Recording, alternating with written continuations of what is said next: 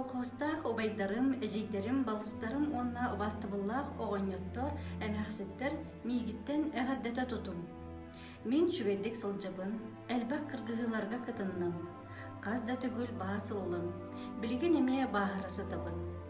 Мен әгіне әрінлерін кілбіт тылбын честәқтік толарырға оқсуғабын.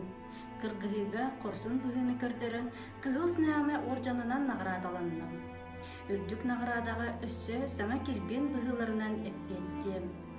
Әге бейіне қырыстамаққа үлеләң, армияға көміліхің, олаққотын бұғыр бүдің, барыны бары күйі туғар туғылан.